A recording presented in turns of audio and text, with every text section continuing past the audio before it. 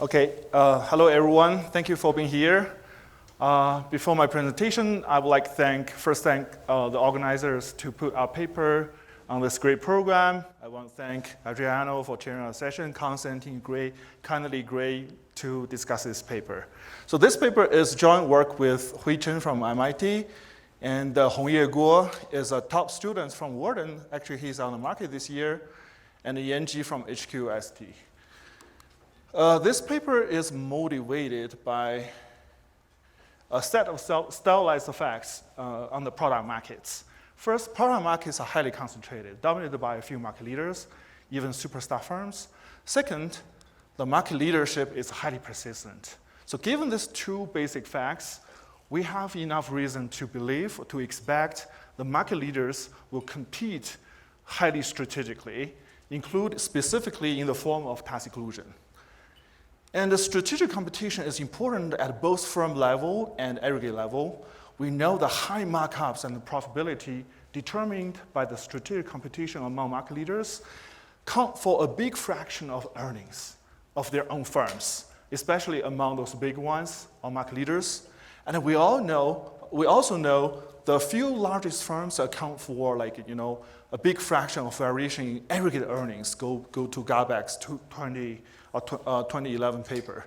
So here in this paper, we try to study the financial implications of market concentration and the task exclusion. This will be useful for us to understand the behavior of the new so-called superstar economy we are facing. Okay. There has been extensive empirical evidence, granular, direct, in the IO literature, showing that task exclusion as a form of competition is prevalent and pervasive across different industries. Okay. So our paper is not aiming to add more new evidence to this long list. What we're going to do is we take task exclusion as a competition form to be given, and starting from there, we try to draw financial implications. So what we can learn, what standard conventional views or insight on corporate finance asset pricing can be changed. Okay. So before jumping to the details, let me give you a brief summary of the main results of the paper. We show the existence of this competition distress feedback loop. This is like a new form of loop feedback effect between the product market and the financial market. So suppose the firms become more distressed in the sense that their default probability becomes higher, then they become more impatient, right? Because their lifespan becomes shortened. And in a repeated game with task exclusion, higher impatience makes the firms care less about future coordination value in the long run. So in turn, the collusion capacity in current state period will go down, and the competition intensity will rise. And the higher competition intensity will push down the profit margin, which further push the firms into distress. So this is what we so-called distress competition and distress feedback. We also show the existence of financial contagion through this endogenous product market competition. Suppose we have two market leaders in this industry, and an adverse idiosyncratic shock hits market leader I.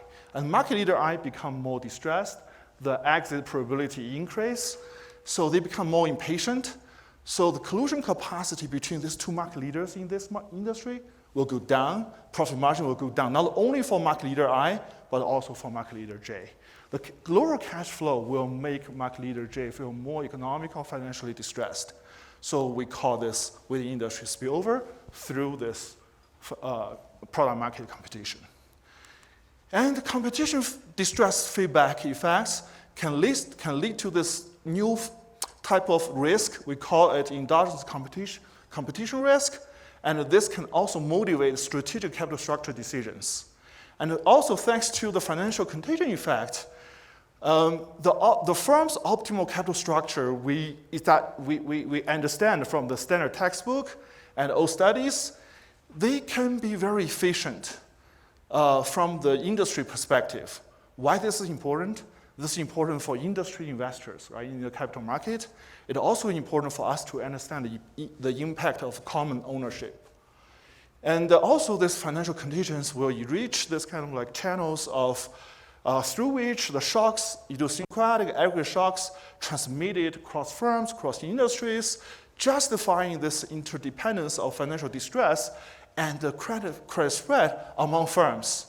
This lays the basis for the information-based theory of credit market freeze, and also lays the basis for the theory of horizontal computation network. And after all those, we calibrate the model to the data to assess its quantitative capacity of explaining the data and to provide empirical support for mean predictions. So in this talk, today's talk, I will only focus on the simple model with closed form solutions, but I want to emphasize in the paper, we also develop full-fledged quantitative models with some more realistic assumptions and richer model ingredients. So we designed the simple model in a way that it is a minimum deviation from the hybrid of Merton's credit model and the repeated gain of kernel computation. You can see we really try hard to make it as simple as possible to show the main idea and the insights. So in this model, there are two firms. The time is discrete. T equals 0, 1, 2, 3, and so on. And each firm, they can issue console bond, like in the Leland model, with coupon payment e to the power bi per period. And the firms can also conduct costless equity financing up to the default boundary. And they have to pay the corporate tax, and we just set interest rate to be 0 in this economy for simplicity. And the firms produce output using linear productions with marginal cost omega bi. Remember, this bi is actually the coupon rate, equals to kappa times bi. You may ask me, Winston, why should marginal cost of production depend on bi, essentially the leverage ratio? Actually, it's quite intuitive, because the marginal cost of production should at least incorporate the shadow value of working capital, i.e. this kind of corporate liquidity, and also interest cost of short-term borrowing. And both of which tend to be increased when the firm's leverage ratio increases in general. So that's the logic behind this simple specification. And the firm I chooses this planned supply MI, and this the realized supply is MI, the planned supply times this IID demand shock e to the power zi tilde. So zi tilde follows logistic distribution to ensure closed form solution. Actually, later you'll say in this simple model, the solution is closed form, very simple, and you can formally prove all this kind of feedback, spillover formally, mathematically. Okay. And we assume this expectation of e to the power zi tilde equal to 1, just so that this MI, the planned supply, is expected realized supply. So the operating profits e to the power pi I plus zi tilde equals to the marginal cost, the price, minus cost, times the quantity, the realized supply. And the P is the price. It will be determined later. In the later slides, you will see how this P will be determined.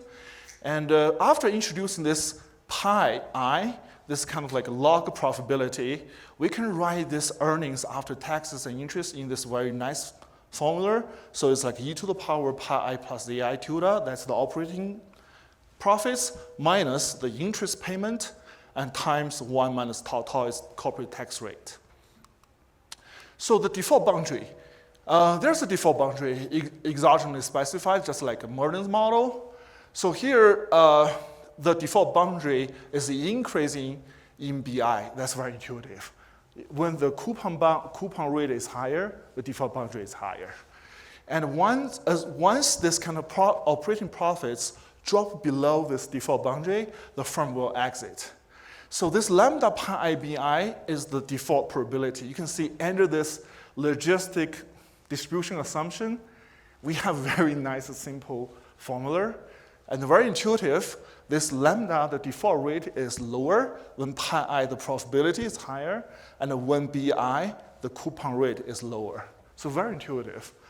And what if one firm defaults exit? Here we just assume immediately there's a new identical firm enters. Why we are making this assumption? Because here we want to kill this so-called predatory motive, right? So in the full model, actually we studied this and discussed this extensively. This is a very interesting topic, but in the simple model, in today's presentation, let's just shut this down. Okay, so now to recap this setup, let me just show you to visualize the dynamics of the firms. So firm I is in panel A, firm B is in panel J. So to start with, two firms, they have this BIBJ coupon rate, exogenous specified for now, and as well as corresponding default boundary var5 of BI, var5 BJ. Given all this, in the equilibrium, they will figure out what pi I and pi J they want to charge, they want to set, okay? And then after that, this kind of like realized operating profits will just fluctuate in the IAD process in the model around this pi I and pi J. And you can see in period 3, for example, if J exits default because this operating profit leverage fall below this default boundary, immediately in next period, this identical firm enter, but the equilibrium doesn't change because it is identical firm. Okay, so this is the dynamic of the model, very simple. And then how to determine pi or P? So we assume the firms are facing this downward sloping demand curve, very simple. And this kind of epsilon is associated with between industry elasticity, and firms can sustain inclusive profits, pi IC and pi GC, by Graham trigger strategies. What does this mean? It means, yes, for example, Peter and I, we say, let's set this profitability levels, you and me, and either one of us want to deviate, have the incentive to deviate. If we deviate, for firm I to deviate, we assume this deviate profits will be rho times e to the power pi IC plus eta times pi JC by stealing customers from the competitor, firm J. And this specification is actually very intuitive because you can see why we're doing this. When pi JC is higher, the firm I's deviation benefit increase. That's intuitive because if I have very high profit margin, so it's relatively easier to steal customer from me. That's the logic behind this. And also eta captures the within industry elasticity. You can see here, when eta is higher eta makes the deviation benefit is higher and also make this collusion hard to sustain. That's why this eta captures the within industry elasticity. And upon deviation, the competitor will retaliate by the harshest punishment for, in this model. Basically, the competitor will push the profit to zero, go to this kind of crazy price wall. We just follow the literature and to ensure this closed form solution. Okay, so the key trade-off in this paper, this slide will be very important. For each firm, they will decide whether to deviate every period, right?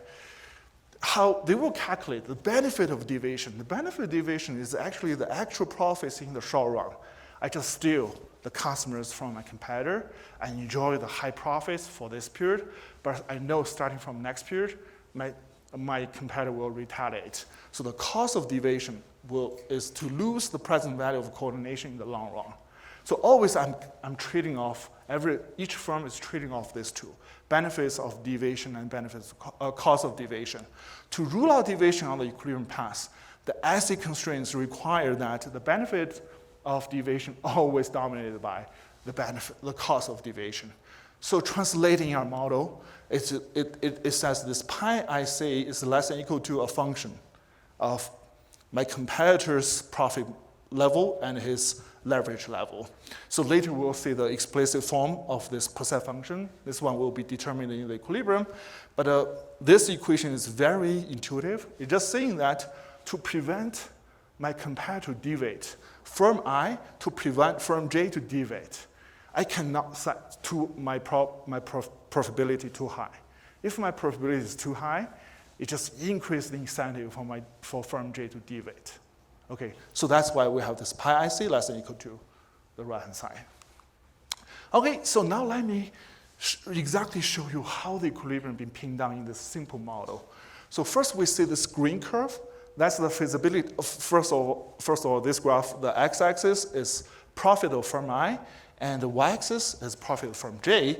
So the green curve just shows the feasibility line. So any periods of profitability go above that is not achievable. And this red, this horizontal, almost horizontal blue curve is the IC constraint below which the firm I will not deviate. Okay, and at the same time, we have this kind of almost vertical line. This line is the IC constraint. You know, to the left of this line, firm J will not deviate. So they have this kind of overlap area, it's like diamond shaped. So any pair in that area can be sustained as equilibrium, collusive equilibrium. But then which one we're going to focus on? We follow the literature. We assume the firms will choose collusive profit levels reach the collusion capacity. So they will try to make their profit as high as possible. Okay, in other words, the IC constraints are binding. Both IC constraints are binding. So the equilibrium we're going to focus on is the intersection of these two, the red dot. So that's the equilibrium we're going to focus on. And this white dot just represents the non-collusive Nash equilibrium, just for comparison. And now let's say we suddenly increase the BI, firm I's coupon rate or firm I's leverage. So you can see the IC constraint just goes down, move downward, and this IC constraint slightly move left. And the intersection goes down. So basically, you know, this equilibrium price, the red dot, move from here to here. So reduce for both firms. Basically it's saying that this collusion capacity decrease in this economy.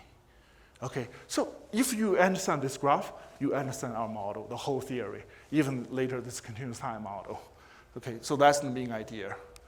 Okay, after this, in this model, as I said, we can solve everything analytically, with closed forms. So in the non-collusive Nash equilibrium, the equity value, just like in the standard Lina model, is equal to the asset value minus the debt value plus the tax shield. And that value has this analytical formula. And this pi IN, the non-collusive profitability, is just the standard profitability in this period by period, one-shot stage game profitability here. So you can say when epsilon, the between industry elasticity increase, the profitability decrease. And when firm I itself, leverage increase, so marginal cost increase, relative market power of firm Y will decrease. That's why pi IN will decrease. When your competitor, when firm I's competitor, firm J's leverage increase, the marginal cost of production for firm I will increase. So relative market power in this industry for firm I will increase. That's why pi IN will increase. So this is all standard in the non-collusive Nash equilibrium.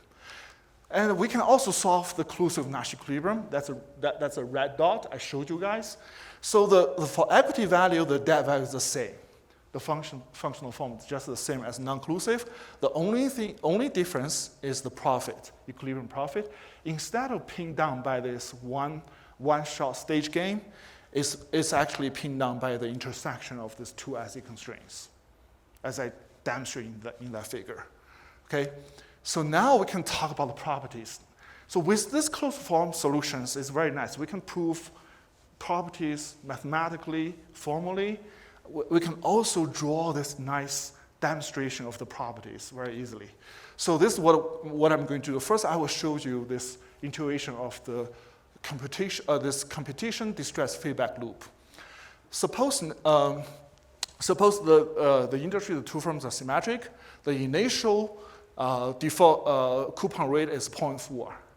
Okay, so this blue circle just shows where the equilibrium stands. The x-axis is the firm's default rate. The y-axis is the firm's expected profit level. Okay, suppose suddenly we increase the coupon rate from 0.4 to 0.7. without anything changed, keep the profit level the same, the default rate will increase, right? That's the standard logic of Merton's model, Leland model. You increase leverage, the default probability increase. And in our model, we say, okay, it's not the end of the story. When the leverage default probability increase, all the firms become more impatient in the industry. It's hard to collude. The collusion capacity decrease. Okay, so the profitability will drop a lot. Okay, and when the profitability drop a lot for both firms, the cash flow drop, they will become further more distressed. So you can see this is a feedback loop, and this additional effect captured by this dashed line is even bigger than the initial direct effect. So it just demonstrates how it can be big, this feedback loop, to amplify this kind of like distress shock. And also this kind of, competition distress feedback will lead to this endogenous competition risk, which means the cash flow endogenously responds to the change of the financial distress. In the blue line shows the collusive Nash equilibrium. So you can see it's always negative, which means when B, the coupon bond increase, the profitability will decrease. But more importantly, we show that the decrease of the sensitivity will become more negative when the firm's initial leverage is higher, which means this endogenous competition risk becomes greater as distress increases. So this is like testable implications. Later we'll test this. And very importantly, by contrast, if you move back to non-collusive Nash equilibrium, there's no such endogenous competition risk. Because there's no such competition distress feedback effect. It's always very close to zero and almost flat. Now let's look at the spillover effect through competition. Now let me start with the panel B. So the x-axis is firm I's default rate, lambda I, and the y-axis is firm J's default rate, lambda J. As firm I's default rate increase endogenously in the collusive equilibrium, the firm J also feel more distressed. So you can see this default rate also increase, but by contrast, in the non-collusive Nash equilibrium, this default rate of a competitor decrease. Why that's the case? Because in panel A, we can find the answer. Because when firm I's default rate increase, in the collusive Nash equilibrium, the profitability, the cash flow decrease because the whole industry, the competition intensity increases. Okay, so firm G also have lower cash flow. That's why firm J's default probability will increase. But now in the non-collusive Nash equilibrium, the profitability of firm J will slightly increase because in that equilibrium, when your competitor got hit, become more distressed, his marginal production cost will be higher. Actually, your relative market power will be higher. That's why this cash flow profitability can be increased. So you can see this is non-collusive and collusive equilibriums produce opposite spillover effects, externalities.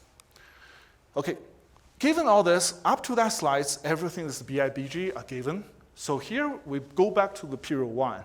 So let's say, there's two firms, two market leaders, they can choose the leverage optimally. So basically, the blue one characterizes this collusive equilibrium, and the red curves characterize this non-collusive Nash equilibrium. So both curves, they are the best response function in terms of leverage at period zero. So the intersection will give you this Nash equilibrium. Very interestingly, you can see here, actually under the collusive Nash equilibrium, the optimal leverage is lower. It's counterintuitive. Because the idea is, although in the collusive Nash equilibrium, when two market leaders coordinating, the average profit margin can be higher. That's true, but it's more volatile due to this kind of feedback effect. Okay, so that's why the optimal leverage can be lower. And the next one, the last piece of theoretical result is, what about the industry optimal leverage? Today we are thinking about this kind of like industry investors, common ownership, right? So whether the firm level optimal leverage is also optimal from the industry perspective. So panel A is occlusive Nash equilibrium. Panel B is non-collusive Nash equilibrium. Now the curve, very importantly, from the y-axis, you can see it's industry value. It's not one single firm. It's the sum of these two firms' value. And we fix firm J's coupon rate at the optimal one, either occlusive Nash equilibrium, and we change BI. We see how the change of BI will change the industry value. Whether the BI's choice, optimal choice, maximize the industry value. We can say in either of them, in neither of these two equilibriums, this point is the optimal choice of BI. From the firm's perspective, it's not maximizing the industry value. Instead, in another experiment, we say, okay, now suppose we have a common owner. This guy can jointly make this financing decision, BI and the BJ. And this is the industry value, and this black solid dot and this dotted curve indicating this kind of industry level optimal coupon choice. You can see under the occlusive Nash equilibrium, actually the industry says, okay, your firm choice, you get over leveraged. And in the non-collusive Nash equilibrium, the industry social planner will say, okay, you are under leveraged. So you can see it's very interesting because the externality, as I said, in both equilibrium is opposite. Okay. And why this is important? Because we learn common ownership or joint financial decisions can lead to higher or lower leverage, depending on whether the industry is under collusive or non-collusive competition. Okay. So in the end, I will like 3 slides, very simple empirical evidence. So the first one, we want to show that actually, yes, that's the case. So the profit margin of the industry, the sensitivity to this kind of like, shocks to the change in the coupon rate or leverage is become more negative in the industries with higher distress, which means with lower distal default. So this, we kind of find a consistent result. And in this graph, we want to test spillover effect. We see whether this idiosyncratic shock to the firms with high financial distress will increase your competitors who are in low financial distress profit margin. We find significant positive coefficients, and also we find actually this kind of effect concentrated on the sample, the industries that the market leaders, market shares are more balanced, consistent with our theory. And also we change the left-hand side variable from profit margin to credit spread. We see whether idiosyncratic shock in one firm will decrease the peers' credit spreads. Actually, we found a significant result. And I want to emphasize, actually, in the companion paper, we use like a Nielsen product price, and we use local natural disasters to instrument this idiosyncratic shocks. We found a consistent result, empirical result, but with much stronger identification.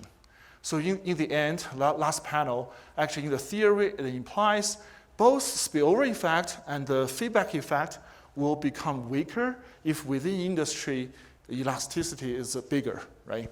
So in this empirical analysis, we use large tariff cuts to instrument this exogenous change in the within industry elasticity. Actually, we found a consistent result. So let me conclude. In this paper, we provide the first elements of tractable dynamic model for the interplay of endogenous strategic competition and financial distress.